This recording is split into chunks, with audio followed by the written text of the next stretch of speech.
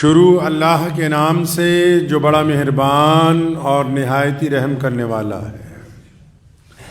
تمام حضرات سورہ فاتحہ اور درود پاک پڑھ لیجئے۔ اعوذ باللہ من الشیطان الرجیم، بسم اللہ الرحمن الرحیم، الحمدللہ رب العالمین، الرحمن الرحیم، مالک یوم الدین، ایاک نعبد و ایاک نستعین، ایاک نعبد و ایاک نستعین، ایاک نعبد وَإِيَّاكَ نَسْتَعِينُ اهْدِنَا الصِّرَاطَ الْمُسْتَقِيمَ صِرَاطَ الَّذِينَ أَنْعَمْتَ عَلَيْهِمْ غَيْرِ الْمَغْضُوبِ عَلَيْهِمْ وَلَا الضَّالِّينَ آمین۔ اللہم صلی علی محمد وعلی آل محمد کما صلیت علی ابراہیم وعلی آل ابراہیم انکا حمید مجید۔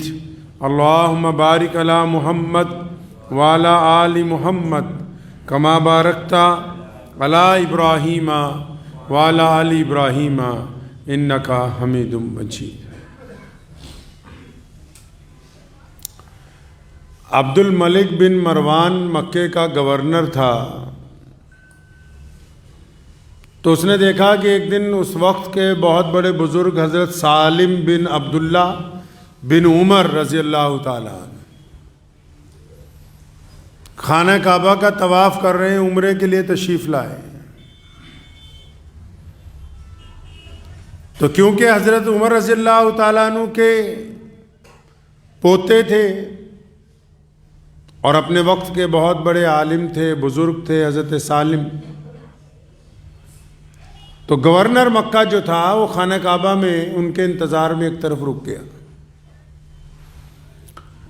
جب طواف کر کے حضرت فارغ ہوئے تو اس نے سلام کیا، وعلیکم السلام، فرمایا جناب میرا نام عبد الملک بن مروان ہے اور میں مکے کا گورنر ہوں، آپ کی خدمت میں حاضر ہوا ہوں، میرے لائق اگر کوئی خدمت ہو، کوئی کام ہو۔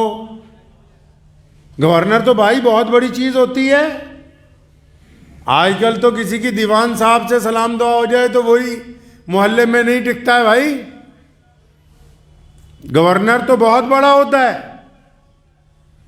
تو گورنر صاحب نے حضرت سالم بن عبداللہ بن مروان، وہ جو گورنر تھا عبد الملک بن مروان، اس نے سالم بن عبداللہ بن عمر سے کہا کہ حضرت کوئی کام ہو، اس کی اتنی سی بات سنی، خانہ کعبہ میں کھڑے، اس کی طرف دیکھا، فرمایا تجھے کس بیوقوف نے گورنر بنا دیا؟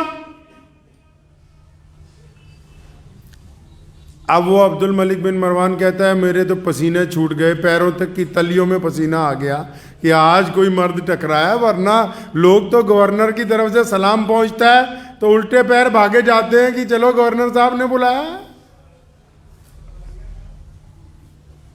کہتا آج میرے پیروں میں بھی پسینہ آ گیا۔ تو حضرت نے فرمایا بھائی تجھے کس بیوقوف نے گورنر بنا دیا؟ فرمایا حضرت غلطی ہو گئی۔ فرمایا تو اتنا بڑا بیوقوف ہے کہ خانہ کعبہ میں کھڑا ہوں، اللہ کے تبارک و تعالیٰ کے گھر کے سامنے، اور گھر اس کا ہے جس نے کائنات بنائی، گھر اس کا ہے جو مالک کائنات ہے، گھر اس کا ہے جو شہنشاہ ہے، گھر اس کا ہے جو احکم الحاکمین ہے۔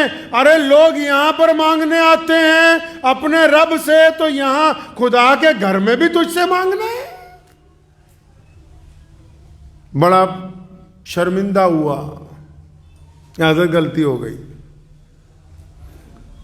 تو آپ لوگ جو بھی عمرہ کرنے گئے ہوں گے، حج کرنے گئے ہوں گے، تو وہ باہر نکل کے، اب باب عبدالعزیز ہے جدھر، باہر نکل کے کھڑا ہو گیا گورنر۔ حضرت عمرہ فارغ کر کے مکمل جب باہر نکلے تو پھر اس نے سلام کیا، وعلیکم السلام جی، کہ حضرت اس وقت تو خانہ کعبہ میں تھے، اب باہر آ گئے، اب اگر کوئی میرے لائق خدمت ہو۔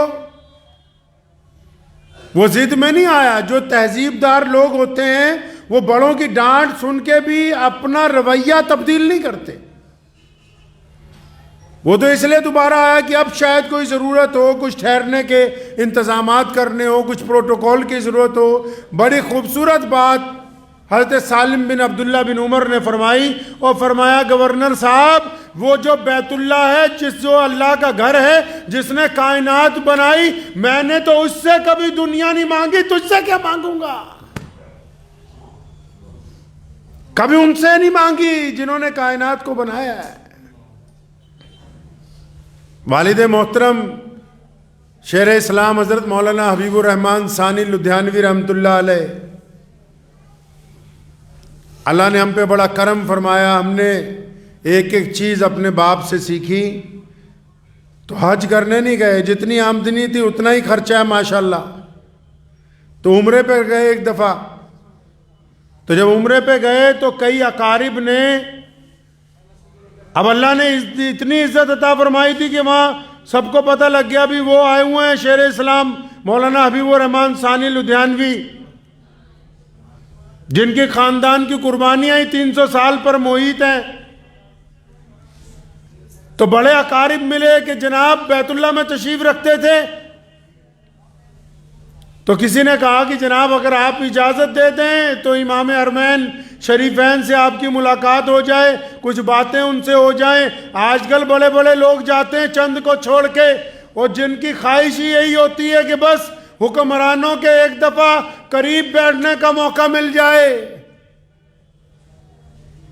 تو مولانا حبیب الرحمن ثانی لدھیانوی نے وہی بات جو حضرت سالم بن عبداللہ بن عمر نے کہی تھی، وہی بات دوبارہ دہرائی خانہ کعبہ میں، اور فرمایا پنجابی اور فرمایا ایتھے آ کے بھی انہاں دی چمچا گری کرنی ہے، جد رب دے گھر پہنچ گئے ہن پھر کسی ہور دی ضرورت باقی نہیں ہے۔ خودداری کے لیے رگوں میں چلتے ہوئے خون میں غیرت ہونی چاہیے۔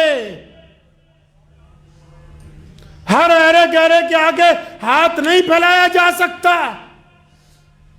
سیدنا صوبان رضی اللہ تعالیٰ عنہ سے بڑا پیار تھا محمد رسول اللہ کو۔ ایک دن بولا صوبان میرے بچے مجھے تجھ سے بڑی محبت ہے، ادھر آ مجھ سے ایک وعدہ کر۔ جی یا رسول اللہ کیا وعدہ کرنا ہے فرمائیے۔ فرمایا ہاتھ پہ ہاتھ رکھ کے وعدہ کر کہ کبھی کسی سرمایہ دار کے آگے ہاتھ نہیں پھیلائے گا، تو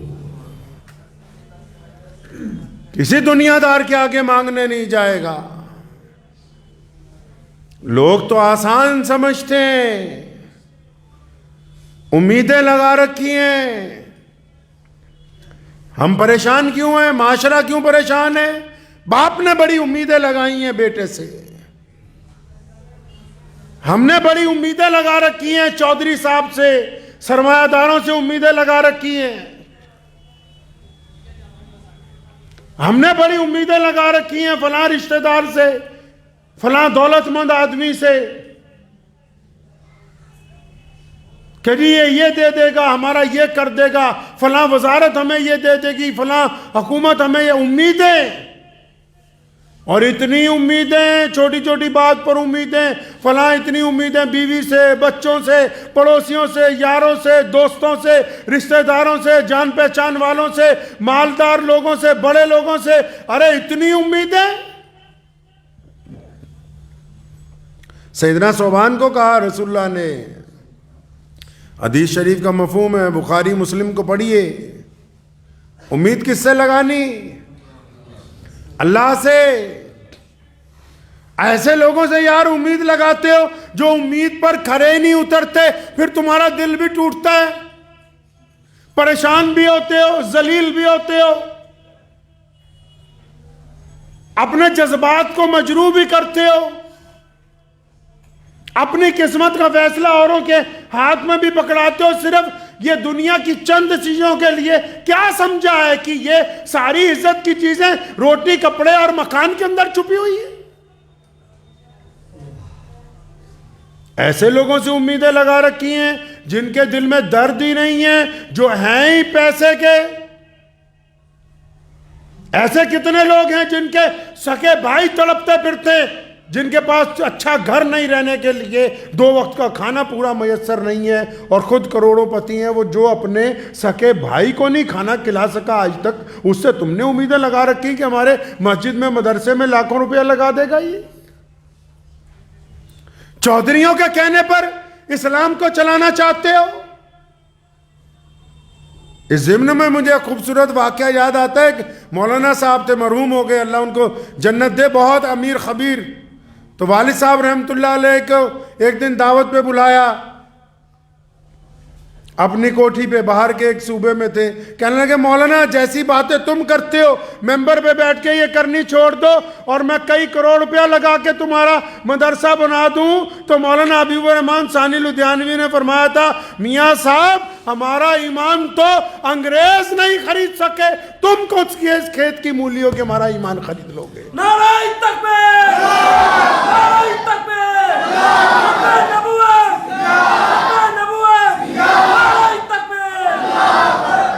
سید عطا اللہ شاہ بخاری امیر شریعت رحمت اللہ علیہ, انگریز نے جب گرفتار کر لیا, جیلر آیا کاغذ لے کے, شاہ جی اگر آپ معافی نامہ لکھ دیں اور آپ اگر یہ کہہ دیں کہ آج کے بعد انگریز کے خلاف نہیں بولوں گا تو یہ 10 مربع آج کے وقت میں کئی 100 ارب روپے کی پراپرٹی.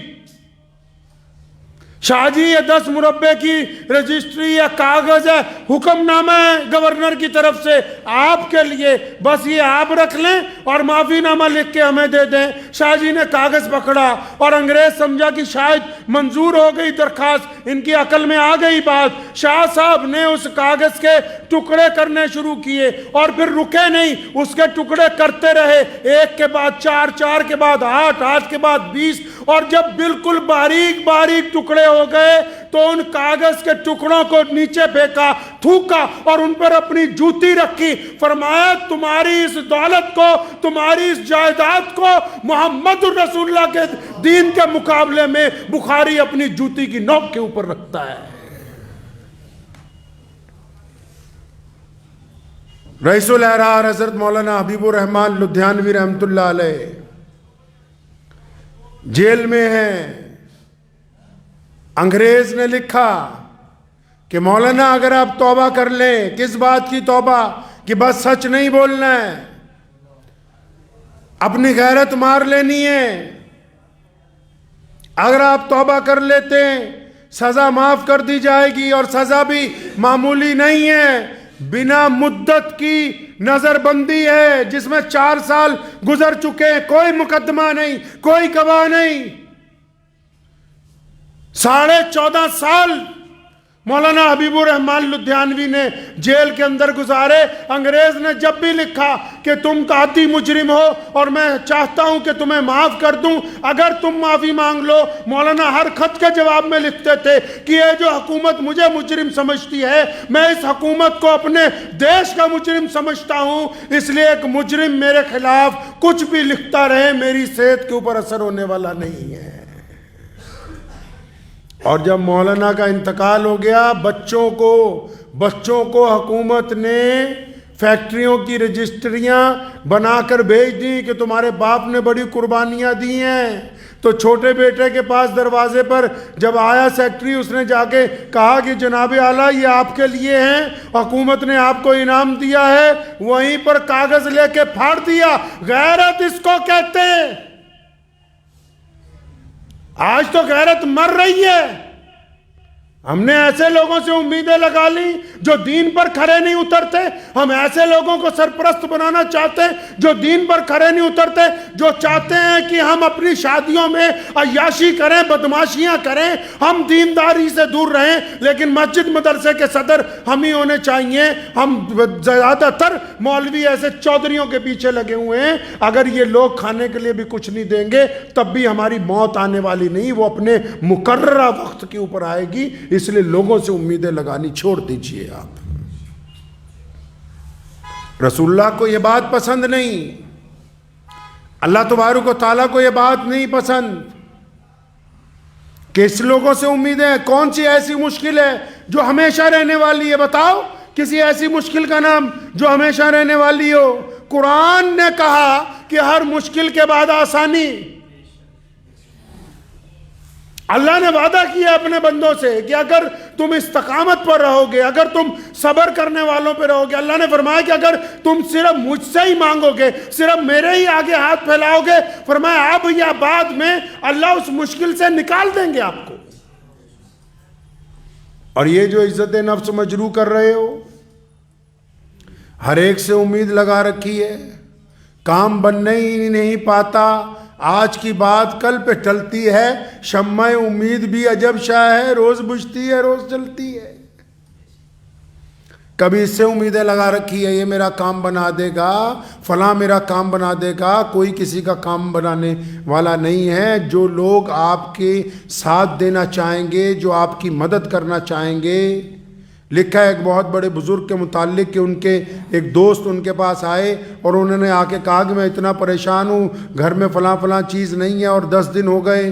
تو ان کو سب کچھ دینے کے بعد جب دوست چلا گیا تو وہ رونے لگے، تو بیوی نے پوچھا کیا بات ہے؟ فرمایا میں تو اس کا کامل دوست بھی نہ بن سکا، مجھے یہ پتہ ہی نہیں لگا کہ 10 دن سے یہ کس تکلیف میں ہے۔ میاں صاحب جنہوں نے یاری نبھانی ہوتی ہے وہ سیدنا ابو بکر صدیق رضی اللہ تعالیٰ عنہ کی طرح یاری نبھاتے ہیں۔ جنہوں نے یاری نبھانی ہوتی ہے ان کی مثال امیر المومنین عمر بن خطاب رضی اللہ تعالیٰ عنہ ہے۔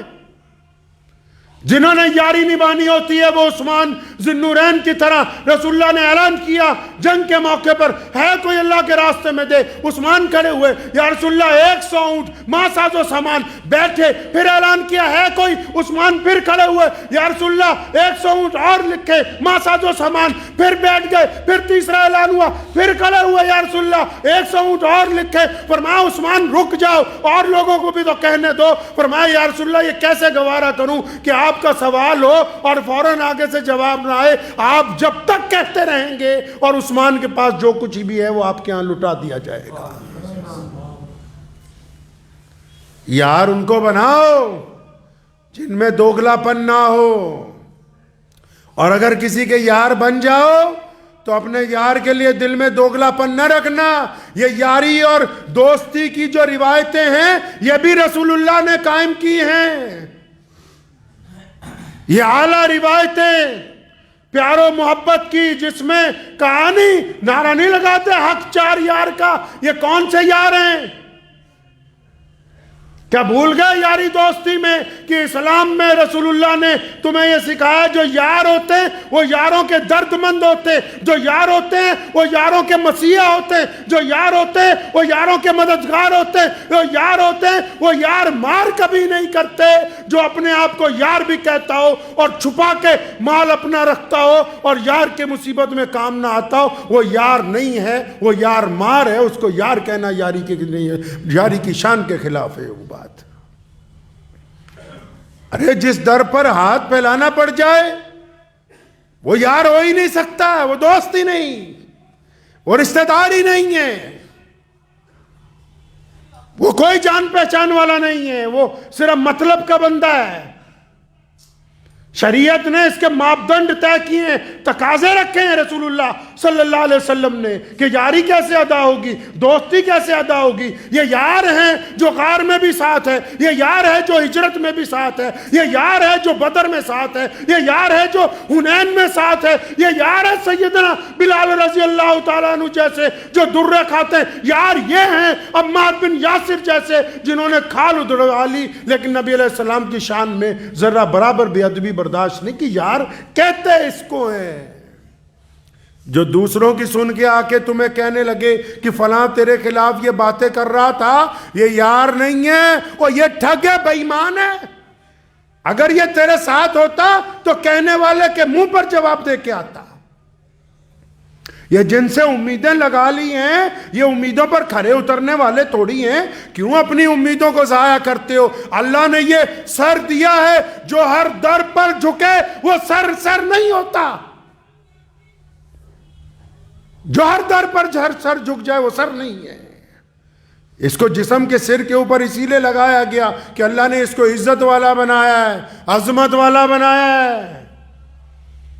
جوتی 1 کروڑ کی بھی پہن لی جائے تو پیر میں ہی ہوگی، سر پر اگر 1 میٹر کپڑا سادہ بھی باندھ لیا جائے تو وہ تاج کہلاتا ہے، وہ پگڑی کہلاتی ہے۔ اتنا سستا سمجھ جا، جس کو ذرا سی مصیبت آئی کہ چلیں چند لوگوں سے مانگنے چلتے ہیں، چلو چند لوگوں کے آگے ہاتھ پھیلا دیتے ہیں، یہ معمولی چیز ہے جو اللہ نے تمہیں عطا فرما دی، جس کو عزت نفس کہتے ہیں۔ اپنی عزت نفس کا خیال رکھیں، اپنے ساتھ سمجھوتا کرنا سیکھو، لوگوں کے ساتھ نہیں۔ اپنے پیٹ کے ساتھ روزہ رکھنا سیکھو، لوگوں سے ادھار مال لے کے قورمہ بریانی کھانے کا کوئی فائدہ نہیں ہونے والا ہے۔ جو بات غیرت کے اندر ہے، جو مزہ زندگی کا، چھوٹا کاروبار کر لیجئے، اتنی قسطیں، اتنے لون، اتنے ادھار کہ رات کو ساری رات نیند نہیں آتی تمہیں۔ ان شادیوں کا کیا فائدہ جو قرض لے کر کی گئی ہو، بیٹی بدا کرنے کے بعد بھی بستر کانٹوں کی سیج بن گیا ہو؟ کون کہتا ہے کہ یہ شادی شریعت کے مطابق اچھی تھی؟ کس دستور میں لکھا ہے؟ اور ایسے چودھری کے دروازے پر مانگنے جا رہا ہے جو خود بذات خود کنجوس ہے، جو خود دولت کی عبادت گزار ہے، وہ کیا اپنے مال میں سے نکال کے تمہیں دے دے گا؟ جس کے پڑوسی پہلے سے بھوکے سو رہے ہوں تو اس سے مسجد مدرسے کی امید لگائے ہوئے بیٹھا ہے، جو خود اپنے عزیز و اقارب کو پوچھنے والا نہیں ہے۔ اس غیرت کو کوڑیوں کے بھاؤ مت گرائیے۔ یہ جو غیرت ہوتی ہے اس میں کوئی مذہب کا مسئلہ نہیں ہے، بندے کو خود سوچنا چاہیے۔ ہاں ٹھیک ہے، دل میں خیالات آتے ہیں کہ فلاں سے پیسے مانگ لوں، خیال آنا کوئی بری بات نہیں ہے، لیکن اس خیال کو عملی جامہ پہنا کے دوسرے سے انکار کروا کے اپنی بے عزتی کروانا، یہ بری بات ہے۔ اس خیال کو عملی جامہ پہنانا جس خیال کے اندر آپ کی بے عزتی ہے، جس خیال کے اندر آپ کی عزت نہیں برقرار ہو رہی، جس خیال کو اللہ بھی اچھا نہیں سمجھ رہے۔ آپ اگر اللہ تبارک و تعالیٰ سے مانگتے تو کیا اللہ تعالیٰ اس کے اسباب مہیا نہ کرتے؟ آپ نے سچے دل سے اپنے رب سے مانگا ہی نہیں۔ بہت مشہور امام صاحب کا واقعہ ہے، شاگرد نے کہا کہ حضرت روزانہ دریا پار کرتا ہوں، پیسے لگتے ہیں کشتی کے، فرمایا بسم اللہ پڑھا کر دریا پار۔ ایک دن خود جانا تھا تو ڈوب گئے، شاگرد کہتا رہا بسم اللہ پڑھے میں بھی چلا جاتا ہوں، لیکن یقین نہیں تھا۔ اپنے اندر خود اعتمادی لاؤ۔ ایک سستا سا موبائل آپ کو فائدہ دے سکتا ہے اس مہنگی چیز سے جس کی قسط آپ کو نہ دی نہ جائے، اور بعد میں سرے بازار کوئی آپ کے ہاتھ سے اس گاڑی کو، اس چیز کو چھین کے لے جائے۔ اس بے عزتی سے اچھا ہے کہ آپ اپنی غیرت میں اپنے جسم کے بادشاہ بن کے زندگی گزاریں۔ اس ادھار کے مال سے بہت اچھا ہے، اس ادھار کی روٹی سے بہت اچھا ہے کہ ہم ایک وقت فاقہ کر کے گزار لیں۔ یہ بات خود بھی سمجھنے کی، اپنی اولاد کو بھی سمجھانے کی ہے، اپنی بیوی کو بھی، اپنے بچوں کو بھی۔ ہمارے میں یہ بیماری آ گئی، ہم جو نہیں ہیں وہ بتانا چاہتے ہیں لوگوں کو، جو ہم نہیں ہیں ہم ثابت کرنا چاہتے ہیں ہم بہت بڑے رئیس ہیں جی، ہم بہت بڑے چودھری ہیں جی، ہم بہت بڑے مال دولت والے ہیں جی، ہم بہت اعلیٰ کپڑے پہنتے ہیں جی، ہم تو بہت بڑے شو روموں میں جاتے ہیں جی، ہم بہت اعلیٰ ترین ہوٹلوں میں۔ ہم جو نہیں ہیں ہم وہ جتانا چاہتے ہیں لوگوں کو، اور اس جتانے کے چکر میں صبح سے لے کے شام تک جھوٹ بھی بول رہے ہیں، پریشان بھی ہو رہے ہیں، ادھار بھی اٹھا رہے ہیں، قرض بھی اٹھا رہے ہیں، اور پھر اکیلے میں زیادہ سے زیادہ پریشان بھی ہو رہے ہیں، بس اس چکر میں جو ہم نہیں ہیں وہ ہم اپنے آپ کو بنانا چاہتے ہیں۔ ہم نے اپنے والد صاحب رحمت اللہ علیہ کو دیکھا، ہم نے تو کوئی عالی شان ہوٹلوں میں کبھی کھانا نہیں کھایا، تو کیا اس کا مطلب یہ ہو گیا کہ ہم کسی اعلیٰ خاندان سے تعلق نہیں رکھتے؟ ہم تو کبھی 1 کروڑ روپے کی گاڑی خریدنے کے لیے نہیں گئے، تو کیا اس کا مطلب یہ ہوا کہ ہمارے خاندان کی کوئی قربانی نہیں؟ یہ غیرت ان کروڑوں لوگوں سے اچھی ہے جو رئیس زادوں کے اور حکومتوں کے تلوے چاٹتے ہیں، ان کروڑوں لوگوں سے یہ زیادہ مہنگی ہے جو ہر ایک بندے کے بس کی بات نہیں ہے۔ غیرت مند بنیے، اپنی غیرت آپ کے اپنے ہاتھ میں۔ علامہ اقبال رحمت اللہ علیہ کا واقعہ آپ حضرات کو کئی بار سنایا، پھر سنتے جائیں جاتے جاتے۔ ان کا بیٹا بیرسٹر بن رہا تھا، لندن میں پڑھتا تھا، اس نے باپ کو چٹھی لکھی، ہر مہینے پیسے بھیجتے تھے اپنے بچے کو خرچے کے لیے، تو بیٹے نے چٹھی لکھی علامہ اقبال رحمۃ اللہ علیہ کو کہ ابو جی پیسے ختم ہو گئے، فلاں آدمی لندن شہر میں جو رہتا ہے آپ کا بہت جگری یار ہے، آپ اگر اجازت دیں اس سے 500 پاؤنڈ 100 پاؤنڈ ادھار لے لیتا ہوں، جب آپ پیسے بھیجیں گے تو میں اس کو واپس کر دوں گا۔ علامہ نے چٹھی کا جواب نہیں لکھا، پوری نظم لکھ کے بھیج دی اور فرمایا میرے بیٹے خود ہی نہ بیچ غریبی میں نام پیدا کر، ٹھیک ہے واپس کر دو گے، لیکن ساری زندگی وہ یہ تو کہے گا نا کہ اقبال کے بیٹے کو ہم نے ادھار دیا تھا، ٹھیک ہے واپس کر دو گے، ایک بات تو تیار ہو گئی نا کہ ہمارا قرض دار رہا ہے، تو یہ جو 10 دن کے لیے تم آسانی پیدا کرنا چاہتے ہو، وہ 10 دن خود صبر سے کیوں نہیں گزار سکتے؟ وہ 10 دن شکر سے کیوں نہیں گزار سکتے؟ وہ 10 دن اطمینان سے کیوں نہیں گزار سکتے؟ ان 10 دنوں میں اپنے رب کو مدد کے لیے کیوں نہیں پکار سکتے؟ اور اگر تم پکارو تو اللہ تعالیٰ اس سے بہتر راستہ تمہیں عطا کر دے گا۔ 99 حصے اللہ تعالیٰ نے روزی کے رکھے ہیں کاروبار میں، 99 حصے۔ آج تو اچھے لوگ چند علماء کو چھوڑ کے اچھے لوگ سرمایہ داروں کی چمچا گیریاں کرتے پھر رہے ہیں، جو سرمایہ دار کہہ رہا ہے اسی کے مطابق مسجد مدرسے کے اندر چل رہا ہے۔ اللہ کے بندے، جن کے دین پر تم چلنا چاہتے ہو یہ تو خود رسول اللہ صلی اللہ علیہ وسلم کو اچھی طرح نہیں جانتے، اگر ان کی پیروی کرو گے دولت مند لوگوں کی، خود بھی خسارے میں چلے جاؤ گے، یہ بھی خسارے کے اندر چلے جائیں گے۔ عزت نفس کا یاد رکھیے گا اس بات کو، ہر ایک کے آگے ہاتھ نہیں پھیلانا ہے، ہر ایک کے آگے نہیں پھیلانا ہاتھ۔ ہمارے پیر حضرت مولانا شاہ عبد القادر صاحب رائے پوری رحمۃ اللہ علیہ نے بڑی خوبصورت بات کہی تھی، فرمایا کسی کے آگے ہاتھ نہ پھیلانا، لیکن اللہ جب رزق تمہارے تک پہنچا دے تو پھر اکڑنا نہیں، لے آنے والے سے بدتمیزی نہ کرنا۔ مطلب اب اگر کبھی کوئی یار، کبھی دوست، کبھی کوئی جاننے والا، کوئی نہ جاننے والا، کوئی ایسا بندہ جو یہ سمجھ جائے کہ تم واقعی ضرورت مند ہو، وہ کبھی چھپ کے آئے، کبھی گلے مل کے تمہاری جیب میں کچھ رقم ڈال دے تو پھر اس سے بدتمیزی اس سے مت کرنا، جن کو اللہ تم تک بھیج دے، لیکن خود نہیں کسی کے آگے جانا، خود اللہ ہی سے مانگنا ہے۔ اور پھر اللہ سے صرف مانگنا ہی نہیں ہے، کوشش کرنی ہے۔ جب آپ کوشش کے لیے نکلیں گے نا اللہ کی مدد کے ساتھ، تو پھر اللہ تبارک و تعالیٰ ایسے اسباب پیدا کر دیں گے کہ آپ کی ایک کوشش جو ہے وہ 10 بن کر آپ کے ساتھ چل پڑے گی۔